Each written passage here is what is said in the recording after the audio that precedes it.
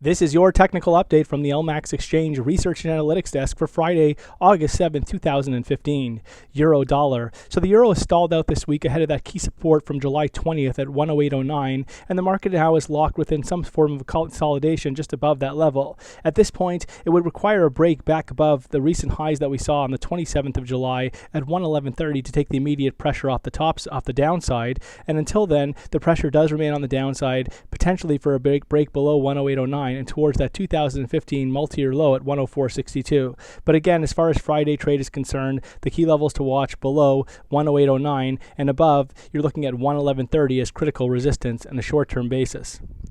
Sterling dollar. So although we saw some setbacks in cable and Thursday trade, the market does retain a constructive outlook off that low that we saw back in April, potentially putting in a higher low now at 153.50 ahead of the next upside extension back towards the 2015 high at 159.30. At this point, any setback should be supported with only a break back below 153.50 to compromise the immediate bullish outlook.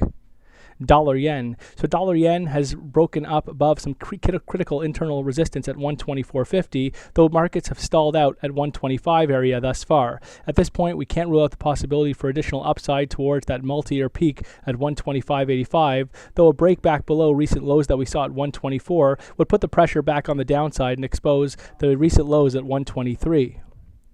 Euro Swiss. So Euro Swiss is broken out to the top side with the market now focused on a retest of the February peak at 108.15. At this point, any setback should be very well supported by that previous resistance now turned support at 105.75 with only a break back below 104 to really compromise the immediate bullish outlook.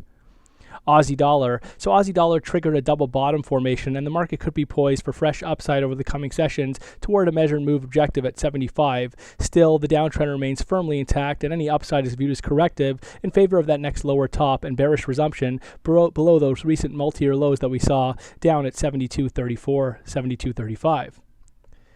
Dollar CAD. So dollar CAD has finally put in a convincing bearish reversal day on Thursday, with the market now reversing off those fresh multi-year highs that we saw earlier this week at 132.14. At this point, deeper setbacks should not be ruled out, potentially back towards the recent lows that we saw at 128.61. That's the low from the 29th of July, and a break below that low would open a further correction down towards the 126 area. Ultimately, any setbacks are viewed as corrective, with the market locked within a more well-defined uptrend, and a higher low is sought out ahead of the next major upside extension to fresh multi-year highs. But again, with the early studies now turning from overbought, there is risk over the coming sessions for a bit of a corrective decline.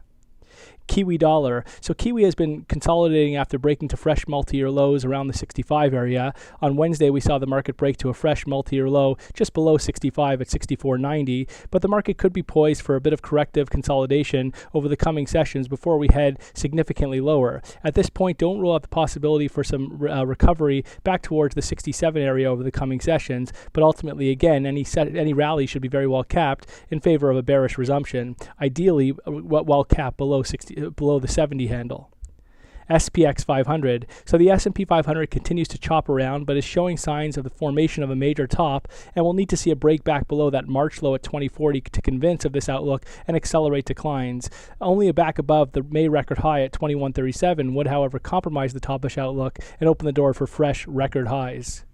Gold. So gold has been in the process of consolidating after the market dropped out to fresh multi-year lows below 1100, and the consolidation could open the door for the next downside extension towards critical psychological barriers at 1000 further down. At this point, only a break back above previous support in the form of that previous 2015 low at 1142 would compromise the immediate bearish outlook.